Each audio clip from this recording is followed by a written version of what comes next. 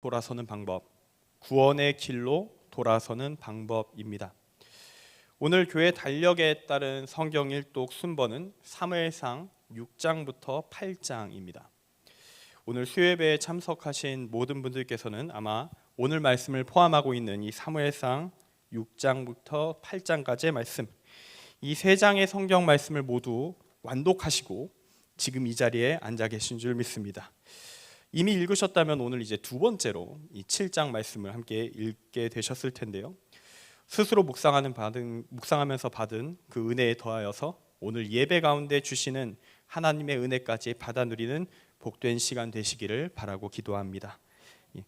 오늘 말씀의 제목, 구원을 얻는 방법도 아니고 구원의 길로 돌아서는 방법이라고 제목이 나왔습니다. 이런 제목이 나온 데는 이유가 있습니다. 왜냐하면 오늘 말씀에 나오는 이스라엘 백성들의 상태는 이미 멸망받아 마땅한 상태였기 때문입니다. 그들은 바로 구원으로 나아가는 것이 아니라 일단 기존의 자신을 회개하고 돌이키는 것이 우선적으로 필요한 상태였습니다. 사무엘이 활동하던 당시의 이스라엘 상황, 이스라엘 백성들은 블레셋의 공격에 상시 시달리고 있었습니다. 그들이 왜 고통당하고 있었는가? 하나님은 왜 이들의 고통에 대해서 구원하지 않으셨는가? 성경은 그 이유를 명확하게 기록해 주고 있습니다. 그것은 바로 당시 이스라엘 민족의 신앙이 완전히 무너져 있었기 때문입니다. 하나님을 우리의 주인이시자 구원자이시라고 제대로 믿고 있지 않았기 때문입니다. 여기서 오늘 말씀에서 나오는 첫 번째 메시지가 나옵니다. 하나님을 진정으로 주인으로 모시는 참된 믿음을 가져야 합니다. 하나님을 진정으로 주인으로 모시는 참된 믿음을 가져야 합니다. 사무엘이 본격적으로 활동하기 전에 이스라엘 민족의 신앙을 이끄는 제사장은 대제사장 엘리와 그의 두 아들 홈니와 비느하스였습니다. 사무엘은 이들보다 서열이 밀렸기 때문에 사실상 실권을 휘두를 수가 없었고요. 이 셋이 모든 것 권력을 쥐고 있었다라고 볼 수 있습니다. 당시에 홈니와 비느하스, 이 엘리의 두 아들들은 제사장의 권력을 이용해서 횡령, 성범죄 등 각종 죄를 저지르고 있었고요. 아버지인 대제사장 엘리, 이들의 문제를 알고 있었고 분명 때로 질책도 했지만 제대로 시정을 끝내 하지 못했습니다. 좀 뭐라 하다가 멈춰버린 것이죠. 니들 알아서 해라. 난 너희들을 더 이상 고칠 수가 없다 하면서 자식들을 포기해버린 아버지, 그것이 바로 엘리였습니다. 여기서 우리는 타락한 두 아들들은 말할 것도 없고 대제사장 엘리 역시 멀쩡한 상태는 아니었다라고 생각하게 됩니다. 성도들을 하나님을 제대로 믿도록 이끌어야 할 제사장, 당대 이스라엘의 최고 종교 지도자들이 하나님을 믿지 않고 있다. 제대로 된 믿음이 없다. 엘리는 그나마 나았지만 그 아들들인 홈니와 비느하스의 경우는 사무엘상 2장 12절에서 말하듯이 여호와를 알지 못하였습니다. 아예 하나님을 믿지 않는 수준, 불신자 수준의 상태로 제사장의 일을 수행하고 있었던 상황이었다는 것이죠. 자, 그럼 제사장이 썩었습니다. 목회자가 썩었는데 성도들이 멀쩡할까요?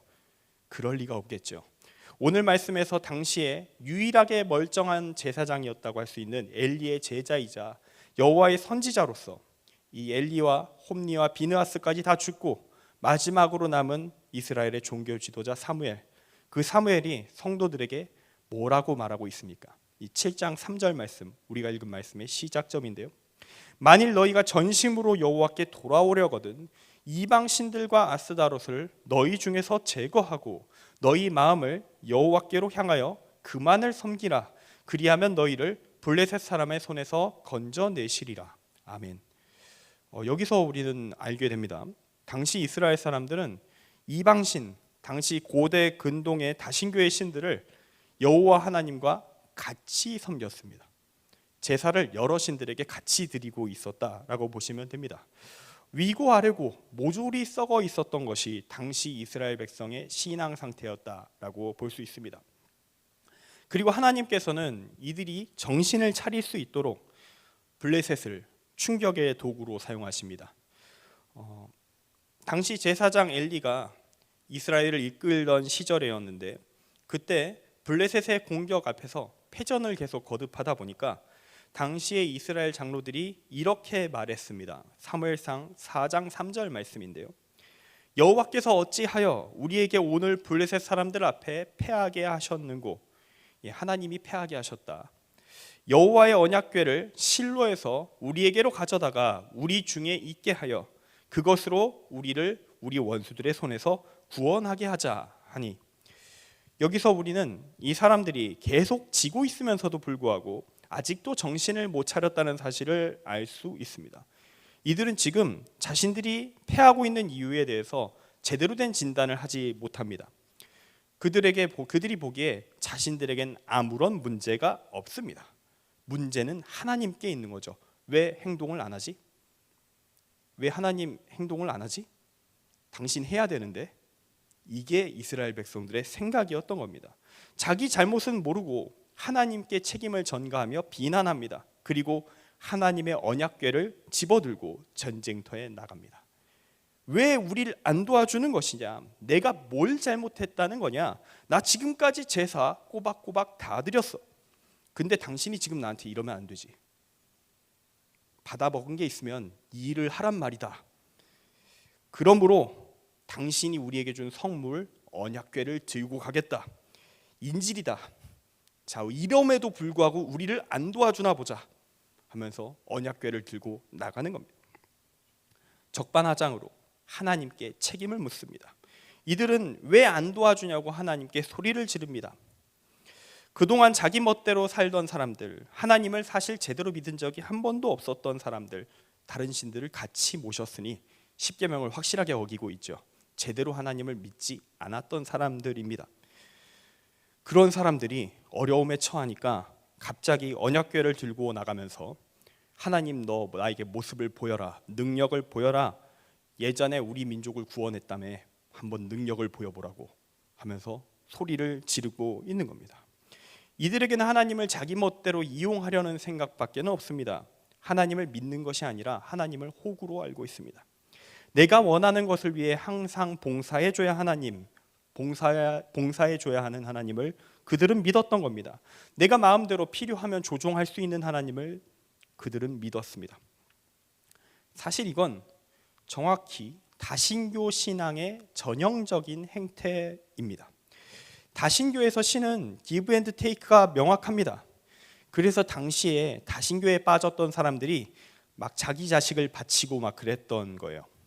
눈에 핏발이 서서 내가 원하는 것을 쟁취하기 위해서 지금 내 아들 바쳤다.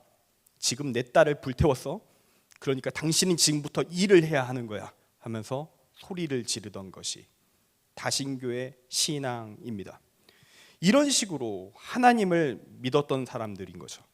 하나님과 각종 우상 같이 섬기면서 그래도 우리 민족신은 여호와 하나님이지, 마치 제우스를 그리스 신화의 최고 신으로 모시는 것처럼 그래도 우리 최고 신은 하나님, 그러나 다른 신도 같이 섬김, 이것이 당시 이스라엘 민족의 신앙입니다.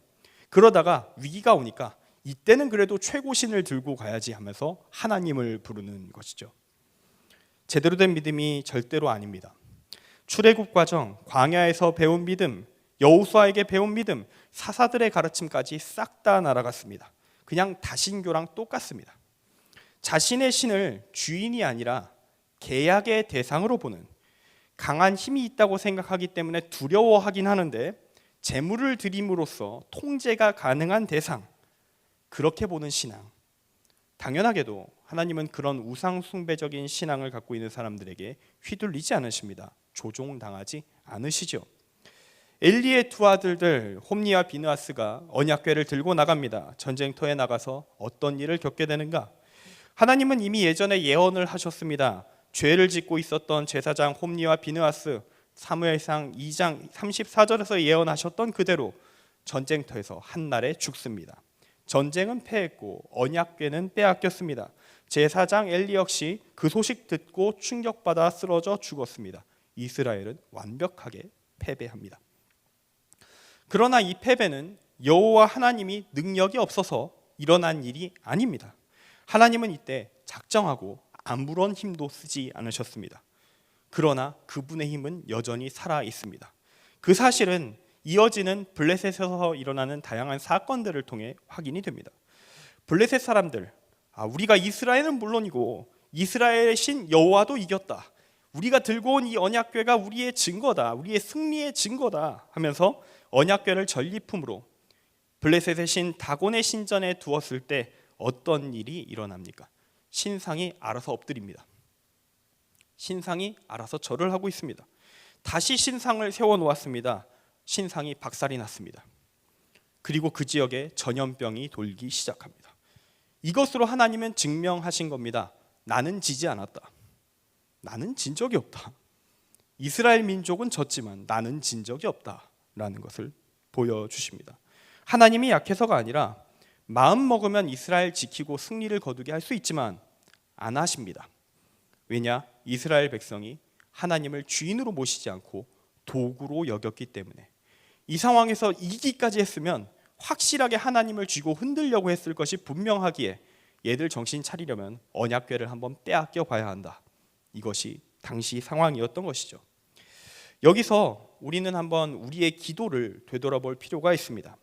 우리가 하는 기도의 모습은 어떻습니까? 혹시 내가 원하는 것만을 끊임없이 요구하는 그런 기도는 아닙니까? 그러한 기도가 정상적인 기도일까요? 하나님의 뜻은 생각조차 하지 않고 내 필요만을 구하는 기도.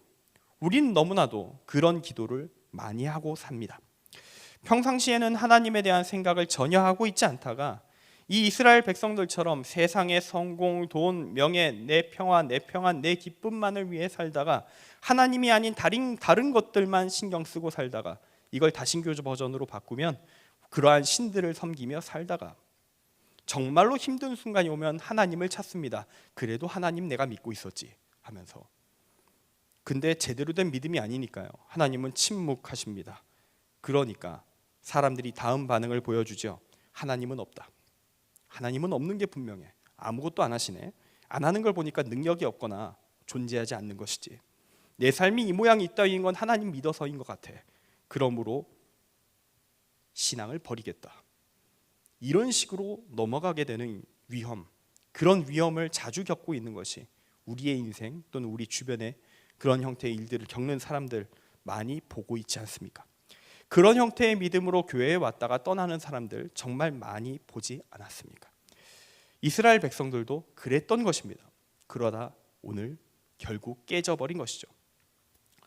그러나 그들은 부서졌지만, 블레셋과의 전쟁에서 패배함으로 부서졌지만 하나님은 고고하게 살아계십니다. 하나님은 과거에 모세에게 자신의 정체성을 이렇게 설명하신 바가 있습니다. 출애굽기 3장 14절 말씀입니다. 하나님이 모세에게 이르시되 나는 스스로 있는 자이니라. 또 이르시되 너는 이스라엘 자손에게 이같이 이르기를 스스로 있는 자가 나를 너희에게 보내셨다 하라. 아멘. 나는 스스로 있는 자다. 너희에게 휘둘릴 존재가 아니다. 너희가 만드는 우상과 동격이 아니라 나는 너희의 존재를 구성한 존재다. 모든 존재의 근원이 바로 나다. 내가 바로 시작이다. 우리는 이 하나님을 어떻게 여기고 있습니까? 그분을 정말로 스스로 있는 자답게 우리의 존재의 근본이자 주인으로 모시고 있습니까? 아니면 필요에 따른 계약 관계를 맺은 두렵지만 이용할 만한 가치가 충분한 존재로 여기고 있습니까? 우리의 믿음은 정말로 어떤 믿음입니까?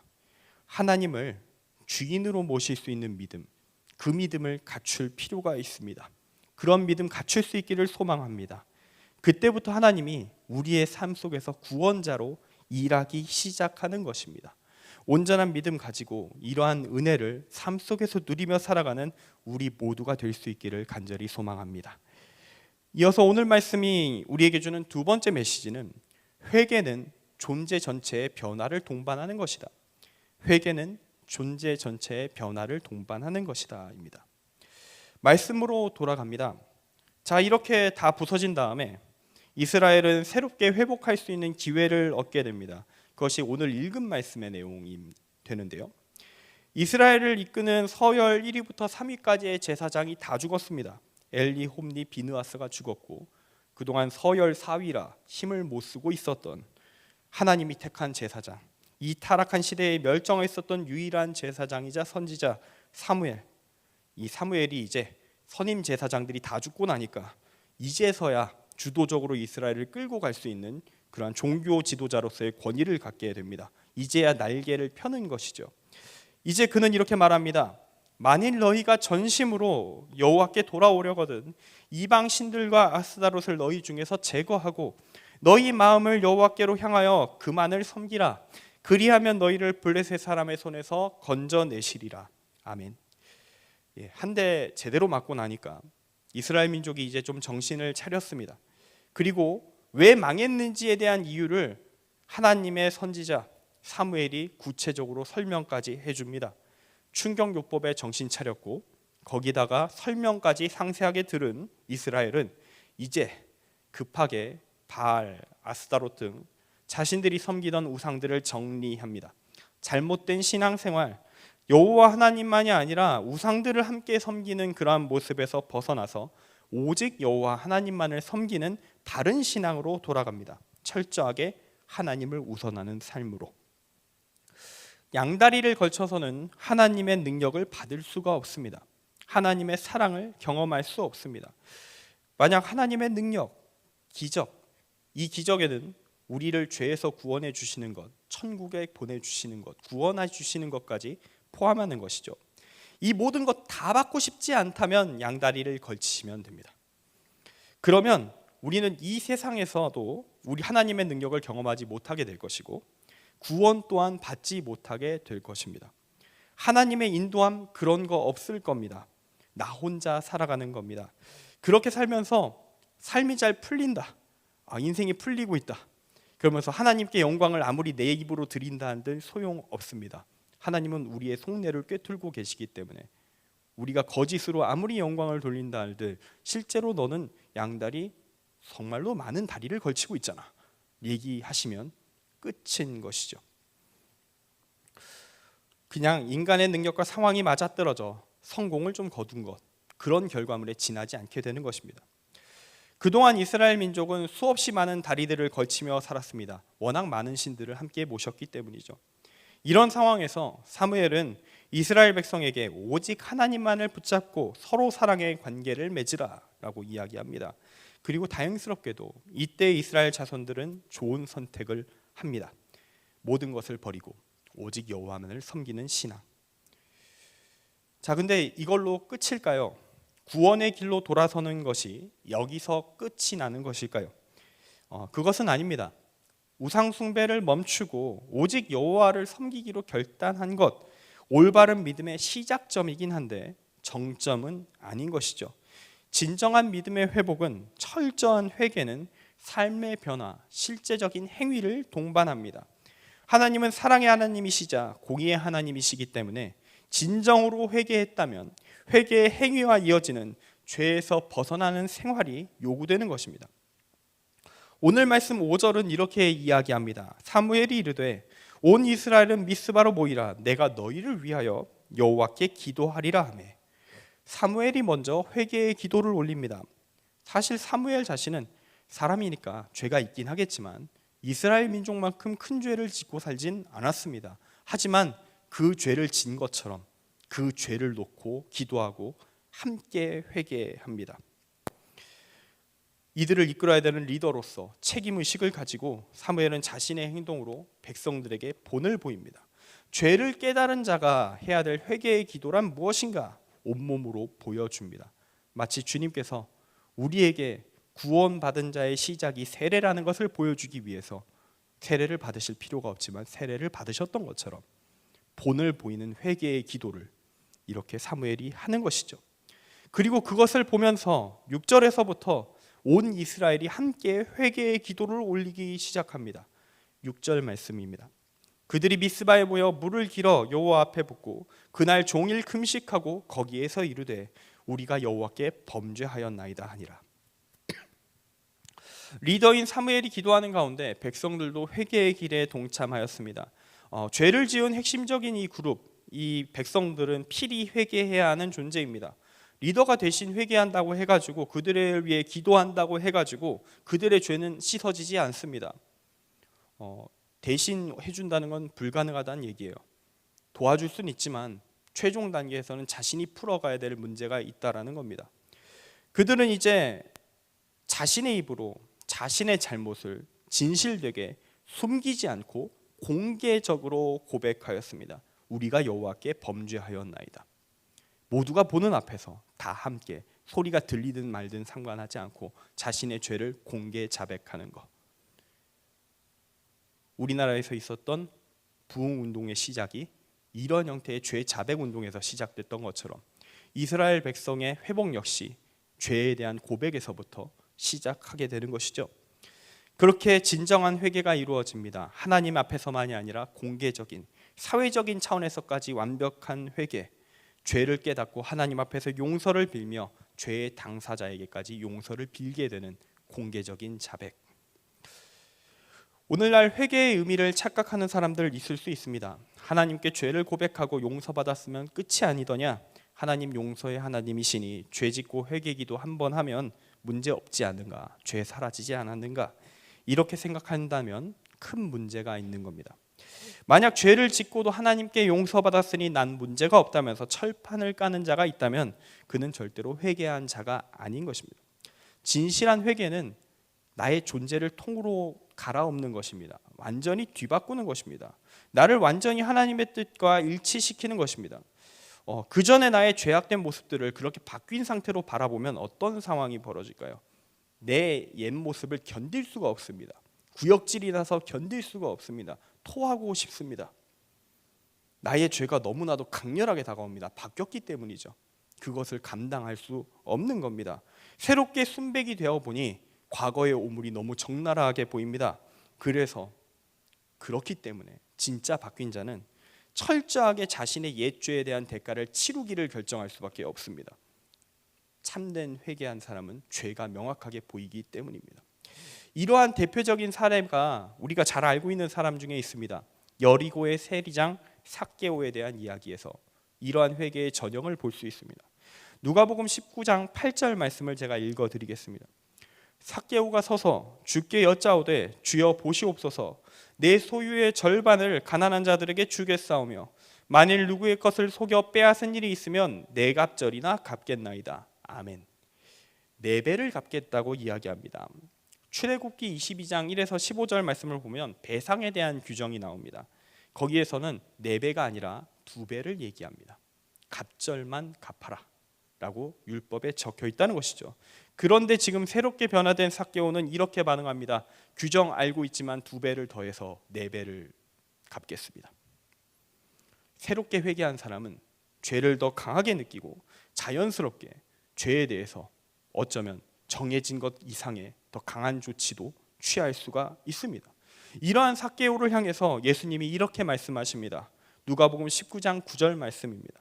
예수께서 이르시되 오늘 구원이 이 집에 이르렀으니 이 사람도 아브라함의 자손이미로다. 아멘. 이 예수님의 말씀, 이 구원의 약속이 나온 시점이 중요합니다. 이 약속은 언제 나오느냐? 삭개오가 배상을 약속한 다음에 나옵니다. 배상을 약속한 다음에. 그 전까지는 예수님은 삭개오와 참 많은 대화하셨고 교육도 하셨고 다 하셨지만 이 구원의 약속은 하지 않으셨습니다. 여기서 우리가 알게 되는 것은 변화된 삶까지 나아가지 않은 믿음은 구원을 약속받지 못할 수도 있다는 겁니다. 진실한 회개는 존재의 변화를 요청합니다. 그리고 존재가 바뀐 자는 이전의 자신의 죄를 더 강하게 깨닫고 그에 대한 대가를 치르는데 주저함이 없습니다. 만약 회개했다고 하면서 이전의 죄에 대해서 무감각하다면, 그냥 면죄부 하나 산 것처럼 하는 태도를 보인다면 그는 회개한 자가 아닙니다. 그는 예수님께 구원의 확증의 메시지를 받지 못할 것입니다. 현재 우리들의 믿음은 지금 어느 형태에 있을까요? 우리 역시 수시로 회개의 기도를 올리며 살아가고 있습니다. 저 역시 마찬가지입니다. 그 회개의 기도는 진정한 회개의 영역에 있습니까? 나의 믿음이 나의 삶의 영역까지 지배하고 있습니까? 우리는 진실한 회개를 한 자 참 그리스도인으로 살아가고 있습니까? 이 질문을 우리는 놓지 말아야 할 것입니다. 우리는 수시로 넘어질 겁니다. 지금도 넘어질 거고 또 다음 날도 또 넘어질 수 있습니다. 회개 기도를 너무 많이 해가지고 나 이제 좀 회개를 좀 그만해야 되는 거 아닌가 하는 순간이 들 정도로 계속 넘어질 수도 있습니다. 괜찮습니다. 이건 부정할 수 없는 진실입니다. 우리는 그렇게 살 겁니다. 그러나 우리가 할 일은 한 가지 정해져 있습니다. 넘어질 때마다 제대로 일어서면 됩니다. 넘어질 때마다 제대로 일어서면 됩니다. 어설프게 일어서는 것도 아니고 발바닥을 계속 다리 하나를 질질 끄면서 흙바닥에 묻히면서 일어서는 게 아니라 깔끔하게 일어서서 툭툭 털고 앞으로 가면 됩니다. 또 넘어지겠지, 괜찮아. 그때마다 다 제대로 일어나면 되는 것이다. 그럴 수 있다면, 그렇게 우리가 믿음이 세워질 수 있다면 우리는 구원의 약속을 끝내 얻게 될 것입니다. 이제 오늘 말씀의 마지막 메시지 결론으로 나아갑니다. 하나님을 주인으로 모신 자에게 하나님의 기적이 임합니다. 하나님을 주인으로 모신 자에게 하나님의 기적이 임합니다. 이렇게 회개한 이스라엘을 향해서 블레셋이 쳐들어오기 시작합니다. 소식을 듣고 이스라엘 사람들 사무엘에게 기도를 요청합니다. 당신은 우리를 위하여 우리 하나님 여호와께 쉬지 말고 부르짖어 우리를 블레셋 사람들의 손에서 구원하시게 하소서. 오늘날 교회의 성도들, 우리들은 정말 세상 속에서 힘겨운 믿음의 사투를 벌이고 있습니다. 삶 자체도 힘든데 그 가운데 믿음을 지키며 산다는 건 더더욱 어렵습니다. 이때 진실로 회개한 성도들은 이 힘겨운 현실 속에서 하나님의 구원을, 하나님의 능력을 요청할 자격이 있습니다. 내가 지금 주님 앞에 온전히 섰으니 주님, 내가 이렇게 주님을 붙들며 살아나갈 수 있도록 내 생명을 지켜주시고 나의 앞길을 온전히 인도하여 주옵소서. 나를 의의 길로 인도하소서. 주의 뜻을 따라 살겠사오니 닥치는 환난 이길 수 있게 하여 주옵소서. 동행하여 주옵소서. 이 기도 요청할 수 있다는 겁니다. 이 기도는 다신교에서 이루어지는 계약에 따른 요청과는 전혀 다른 것입니다. 왜냐하면 이때의 기도는 내 헌신과 노력에 대한 대가를 요구하는 형태의 요청이 아니기 때문입니다. 이 기도는 내가 모시고 있는 주인, 그 주인의 선한 성품, 그분에 대한 사랑과 신뢰 안에서 올려지는 것입니다. 주인, 진정한 주인, 제대로 된 주인이라면 자신의 식솔들, 자기의 가문에 소속된 사람들을 절대로 버리지 않습니다. 내 가문의 사람들 철저하게 지킵니다. 그들을 통해서 내 집의 일이 제대로 돌아가고 있기 때문에 더더욱 그들을 챙기고 사랑하고 돌볼 것입니다. 그들이 죄를 짓는다면, 횡령을 하고 다양한 죄들을 저지른다면 엄벌에 처해야 마땅하겠지만 잘하고 있는 사람들, 가문의 일에 충성을 다하는 자들, 주인의 보호 아래서 행복을 누릴 것입니다. 우리는 현실 속의 직장, 회사 생활에서 그리고 가상의 드라마나 소설 등에서 정말로 각종 다양한 악덕 주인들을 보고 경험해 왔기 때문에 주인이라고 하면 사실 긍정적인 생각이 별로 들지 않습니다. 나를 괴롭힐 것만 같은 그런 생각이 더 강하게 드는 그런 생각이 많이 드는 것이 주인이란 단어인데요. 군주도 마찬가지죠. 다스린다, 나를 다스리는 군주다, 짐이 곧 국간이라, 막 이런 말을 할 것 같은 절대 왕정의 무자비한 절대 권력자만 생각납니다. 그런데 하나님이 군주시라면, 하나님이 우리의 주인이라면 좀 많이 달라집니다. 그분의 다스림은 궁극의 선정입니다. 진정으로 바른 정치, 사랑의 다스림이 그분을 통해 이루어지게 될 것입니다. 그 통치 아래에 있는 우리가, 그 통치에 합당하게 살아가고 있는 우리가 하나님과 더욱 깊은 사랑의 관계를 맺으며 하나님의 뜻에 순종하며 살아가는 우리는 그 길을 걷는 과정 속에서, 의의 길을 걸어가는 그 삶의 여정 속에서 발생하는 각종 어려움들에 대하여 하나님 도와주십시오 라고 헬프미를 얼마든지 던질 수 있는 것입니다. 이것이 바로 하나님이 원하시는, 주인을 향해 올려드리는 기도인 것입니다. 그러나 만약 하나님을 주인으로 모시지 않는 자의 기도, 회개하지 않은 자의 기도, 하나님을 계약 관계로 여기면서 내 헌신에 대한 대가를 요구하는 마음으로 올리는 기도, 하나님은 그런 기도에는 어떻게 반응하실까요? 그때에는 만약 오늘 말씀 앞에 오늘 사무엘상의 말씀들을 나눴는데 하나님의 언약궤를 들고 나간다고 하더라도 전쟁에서 패할 수밖에 없을 것입니다. 예를 들어볼까요? 실제적인 예로 우리는 사순절 새벽기도회를 다 마치고 개근을 하면 패를 받습니다. 잘 마쳤다. 개근패를 받았습니다. 벌써 개근패가 너무 많이 쌓이셨다. 둘 곳이 없다. 이런 분들 얘기도 가끔 들리는데요. 이런 분은 없겠지만 어떤 사람이 이렇게 기도한다고 생각을 해봅시다. 패를 쌓아서 10개 정도를 패를 쌓아가지고 패를 갖고 기도하러 나오는 겁니다. 주님, 내가 기도한 겁니다. 10년치입니다.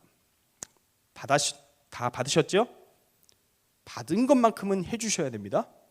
하면서 패놓고 기도를 한다고 생각을 해보세요. 이게 바로 다신교적 기도인 겁니다. 내 헌신과 봉사와 헌금과 받은 거 받으셨으면 일을 하시죠. 그것이 바로 다신교적 기도입니다. 하나님이 그 기도에 어떻게 응답을 하실까요?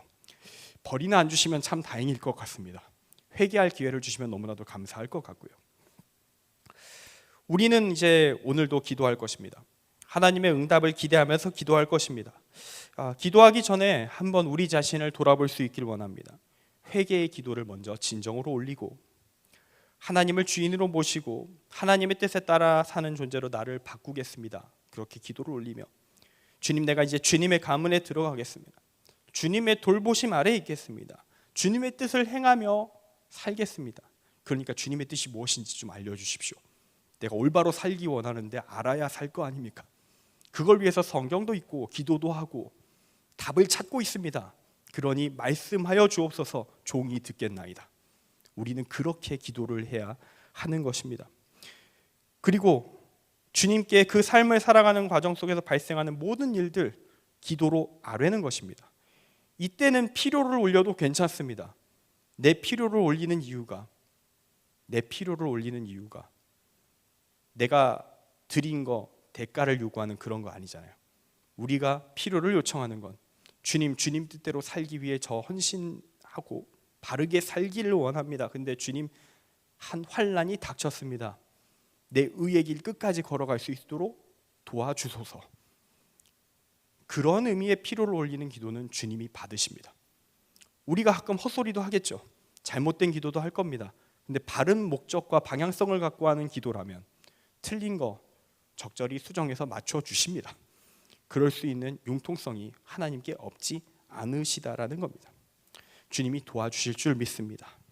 이제 오늘 말씀에서 사무엘은 온전히 회개한 성도들의 요청을 따라서 구약시대 이제 하나님과 사람을 연결하는 자로서 제사장의 직무를 충실하게 수행함으로써 백성들의 기도를 하나님께 올립니다. 젖먹는 어린 양 하나를 가져다가 온전한 번제를 여호와께 드리고 이스라엘을 위하여 여호와께 부르짖습니다. 그랬더니 하나님이 응답하십니다. 블레셋 사람에게 큰 우레를 팔아요 그들을 어지럽게 하시니 이스라엘 앞에 패하였다. 천재지변이 임하였습니다. 말 그대로 기적이 임했습니다. 군대가 무너질 정도의 천재지변 속에서 이스라엘 민족은 무사합니다. 말도 안 되는 상황이죠. 보통 다 죽어야 되는데 그 가운데서 승리를 거두고 적군만 깔끔하게 패퇴되는 무시무시한 천재지변 가운데 주님의 보호를 함께 누립니다. 자, 여기까지 이 구원의 길로 돌아서는 방법, 오늘 말씀의 제목의 내용을 담고 있는 이야기들을 다 정리를 했습니다. 어떤 것이 구원의 길로 돌아서는 방법일까? 처음부터 끝까지 한번 체크를 해본다면 이렇게 볼 수 있을 것 같습니다. 우상 숭배, 죄악된 행동을 끊어내고 나의 죄악상을 직면하고 인정하고 그에 따른 대가 역시 치를 것을 각오하는 철저한 회개를 먼저 합니다. 그렇게 하나님을 주인으로 모시고 우리의 주인 하나님의 뜻을 따라 살아가기 시작하면 어려움이 닥칠 때 주님께 기도하면 하나님은 우리를 돌보실 것입니다. 이 조건을 기억하십시오. 우리의 삶이 이 조건을 충족하는 삶이 되어야 우리는 내 삶 속에서 하나님의 기적을 일하심을 기대할 수 있습니다. 삶 속에서 어려움이 있을 때 하나님을 탓하기 이전에 나의 삶을 먼저 돌아보십시오. 내가 하나님 앞에서 온전한 그리스도인으로서 살고 있는지 그것을 먼저 확인하십시오. 그걸 먼저 제대로 확인하지 않고 언약궤 메고 나가서 다신교적 숭배 행위로 하나님을 대한 이스라엘 백성은 하나님의 도움을 전혀 받지 못하고 처절한 패배와 죽음을 경험하였습니다. 살기를 원한다면, 하나님의 도우심을 바란다면 무엇보다 먼저 나를 하나님 앞에 바르게 세워야 할 것입니다. 오늘 말씀의 끝 12절입니다. 전쟁에서 다 승리하고 사무엘이 한 일이 있습니다. 돌을 취하여 미스바와 센 사이에 세워 이르되 여호와께서 여기까지 우리를 도우셨다 하고 그 이름을 에벤에셀이라 하니라. 사무엘은 이 전쟁의 승리가 여호와 하나님의 도우심으로 인한 것이다, 이것을 돌을 세움으로써 선언하였습니다. 하나님의 구원, 하나님의 기적 경험하고 나서 바로 다음에 빠질 수 있는 함정이 있습니다. 그것은 바로 하나님이 도우셔서 이룬 이 승리를, 이 열매를 내가 행한 것으로 포장하고 싶은 마음입니다. 이 유혹에 넘어가면 그동안의 회개, 믿음의 삶 모조리 다 허사가 될 수 있습니다. 그런 마음은 내 삶에, 우리의 삶에 기적으로 임하신 하나님에 대한 거부 선언과 같기 때문입니다. 만약 이 유혹에 빠진다면 구원의 영역에서 절벽으로, 죽음의 절벽으로 떨어지게 되겠죠. 그는 다시 아직 그래도 살아있다면 회개의 과정부터 처음부터 다시 밟아 나가야 할 것입니다. 우리는 하나님의 기적을, 은혜를 바랍니다. 그러나 그 은혜를 받은 후에 그것을 어떻게 소화할 것인가 별로 생각하지 않습니다. 은혜를 당장 주소서, 기적을 당장 주소서, 이 문제 빨리 풀렸으면 좋겠으니까 내가 소화할 역량이 되는지 그건 별로 중요치 않아, 빨리 내놔라, 이게 우리의 속마음이라는 것이죠. 그러나 소화를 해내는 건 정말 중요한 문제입니다. 우리의 교만함은 하나님과의 관계성을 무너뜨리고 구원의 길을 가로막는 돌을 쌓습니다. 사무엘에 이어서 이제 우리는 사울 왕을 만납니다. 괜찮은 사람이었습니다. 한때 참 괜찮은 사람이었습니다. 그러나 그는 마지막 단계에서 결국 무너집니다. 그 영광 다 내가 가져가겠습니다. 그렇게 무너져 내립니다. 오늘 우리는 구원의 원리를 배웠고 그 구원의 마지막 단계를 어떻게 소화하는지에 대해서 배웠습니다. 우리 모두가 사무엘과 같은 믿음, 마지막 그 순간까지 하나님께 영광을 돌릴 수 있는 믿음 가지길 소망합니다. 우리가 이 사이클을 놓치지 않아야 하나님의 기적을 평생 살아가며 계속 기대할 수 있을 것이고 끝까지 구원까지 이룰 수 있을 것입니다. 주님께서 우리 모두를 도와주실 줄 믿습니다. 이제 함께 기도하겠습니다.